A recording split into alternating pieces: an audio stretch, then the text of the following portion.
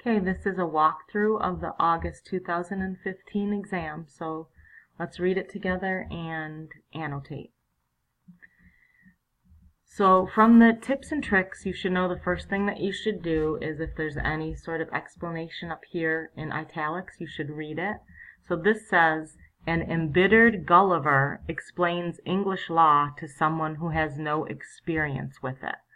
So what I notice is that it says embittered. So automatically I'm like, okay, so he's upset, angry, and he's explaining the law to, must be some sort of people or society who don't have law. Okay. So now I'm just going to look at the end. That was the next thing I'm supposed to do. And this says it's from a novel published in 1932 by Jonathan Swift called The Works of Jonathan Swift, Gulliver's Travels. Alright, so now I'm just going to start reading it. I assured His Honor that law was a science in which I had not much conversed, further than by employing advocates in vain upon some injustice that had been done me. However, I would give him all the satisfaction I was able.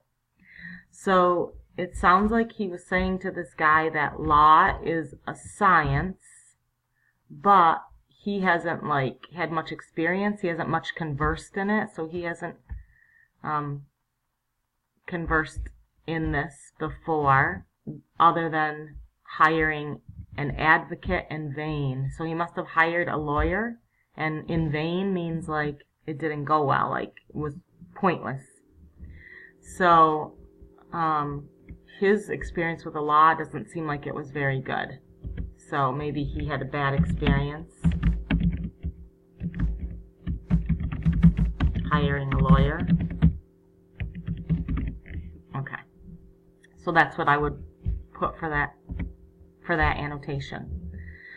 I said there was a society of men among us bred up from their youth in the art of proving by words multiplied for the purpose that white is black and black is white, according as they are paid. Alright, so it sounds like he's talking about a society of men among us. He's talking about lawyers who, from their youth, are trying to prove that white is black and black is white. So lawyers try to prove, lies, I guess, is what he's saying. So he doesn't seem to like lawyers.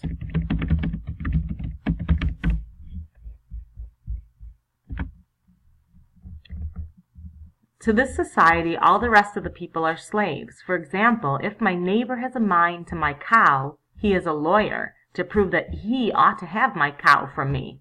I must then hire another to defend my right, it being against all the rules of law that any man should be allowed to speak for himself. So here he's pointing out that he's not, in this society of laws, you have to hire a lawyer to speak for you. You can't speak for yourself.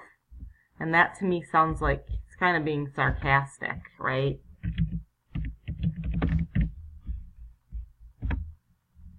Now, in this case, I, who am the right owner, lie under two great disadvantages. First, my lawyer, being practiced almost from his cradle in defending falsehood, is quite out of his element when he would be an advocate for justice.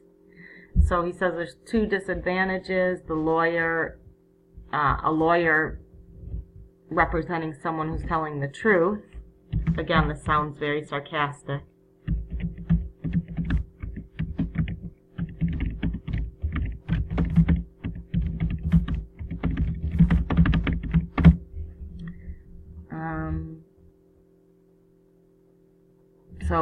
Which is an unnatural office he always attempts with great awkwardness, if not with ill will. So it's almost like they'd rather defend somebody who's a liar than someone who is truthful. The second disadvantage is that my lawyer must proceed with great caution, or else he will be reprimanded by the judges and abhorred by his brethren as one that would lessen the practice of the law.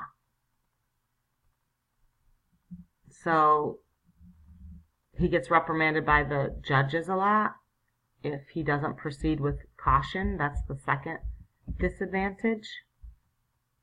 Okay. Okay, so then it goes on, and therefore I have bought 2 methods to preserve my cow.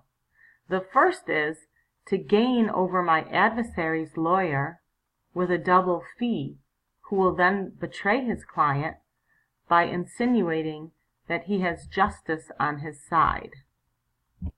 So that seems like he's going to bribe the other lawyer, the adversary, the other lawyer. He's going to give him an additional fee to betray his own client. So that makes lawyers look bad too, that they would take a bribe. The second way is for my lawyer to make my cause appear as unjust as he can by allowing the cow to belong to my adversary. And this, if it be skillfully done, will certainly bespeak the favor of the bench. Now your honor is to know that these judges are persons appointed to decide all controversies of property as well as for the trial of criminals, and picked out from the most dexterous lawyers who have grown old and lazy, and having been biased all their lives against truth and equity, lie under such a fatal necessity of favoring fraud, perjury, and oppression, that I have known some of them refuse a large bribe from the side where justice lay, rather than injure the faculty by doing anything unbecoming their nature or their office. So at first that didn't make sense to me, because he's like, oh, I'm going to make my lawyer make it look like my cause is unjust. Like, why would he want his lawyer to make it look like he didn't own the cow, that the cow belonged to his adversary? That didn't make any sense to me. But then he's saying that the judges are so crooked, old and lazy, and they prefer fraud and perjury and oppression, that that's how they would side with him, thinking that he was the liar. They'd prefer to make the case go his way. So he's pointing out how crooked the judges are.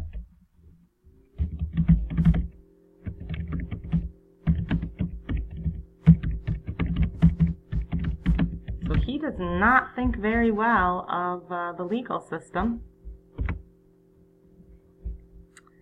I'm going to continue reading. It is a maxim among these lawyers that whatever has been done before may legally be done again, and therefore they take special care to record all the decisions formerly made against common justice and the general reason of mankind.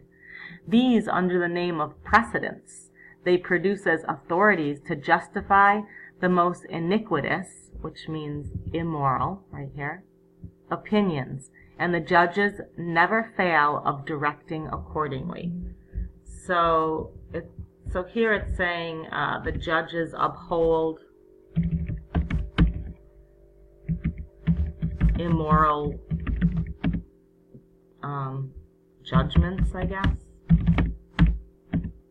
or cases,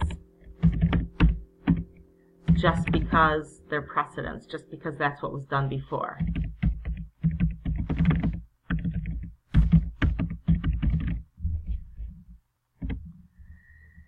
In pleading, they studiously avoid entering into the merits of the cause, so that merits are like the good points, or like what makes sense, the truths. So they don't want to get to the truth of the cause, the lawyers, I guess, but they are loud, violent, and tedious, and dwelling upon all circumstances which are not to the purpose. So they're like taking up time talking about things that don't matter, or just like being dramatic and loud instead of looking at the actual points of the case. For instance, in the case already mentioned, they never desire to know what claim or title my adversary has to my cow, but whether the said cow was red or black, her horns long or short, whether the field I graze her in be round or square, whether she was milked at home or abroad, what diseases she is subject to, and the like, after which they consult precedents, adjourn the case from time to time, and in 10, 20, or 30 years come to an issue. So here the author is saying that court cases, they spend time on unimportant matters, like what doesn't matter. And at the end it says it takes them 10, 20, or 30 years to come to an issue or like a decision. So, and takes too long for decision. So you'll notice that if you stop after each section and figure out what it says, you're going to get an understanding of the entire piece. If you just read this all through and don't annotate or try to figure out what's being said in that little part, chances are you are going to be confused, more confused than you would be if you annotated. All right, we are almost done. It is likewise to be observed that this society has a peculiar cant and jargon of their own that no mortal can understand, and wherein all their laws are written, which they take special care to multiply, whereby they have wholly confounded, which means confused. So cant and jargon meant they have a special language. You're like, yeah, it's hard to understand legal jargon, legal language. So he's pointing out that you can't even understand what they're talking about because of all this legal jargon or language. And they have wholly confused the essence of truth and falsehood, of right and wrong, so that it'll take 30 years to decide whether the field left me by my ancestors for 6 generations belongs to me or to a stranger 300 miles off. So here they're talking about confusing legal language and how that makes it difficult to decide anything and figure anything out. In the trial of persons accused for crimes against the state, the method is much more short and commendable. The judge first sends to sound the disposition of those in power. So, inclination, meaning like what they want. So the judge finds out what the people in power want, after which he can easily hang or save a criminal, strictly preserving all due forms of law. So if somebody does something against the state, it says the judge just finds out what the state wants and does that and makes a quick decision. So it's not fair. Not fair. If someone does something against the state, the judge finds out what the state wants and renders a quick judgment. Okay. Here my master, interposing, said it was a pity that creatures endowed with such prodigious, which means enormous abilities of mind as these lawyers, by the description I gave of them, must certainly be, were not rather encouraged to be instructors of others in wisdom and knowledge. So here, my master must be the person that he's telling this story to, interposing, which means like he says something. So this guy he's talking to sort of jumps in and says, well, what a shame that these people who are so smart, these lawyers, they're not instructors of others in wisdom and knowledge, right? They're doing the opposite.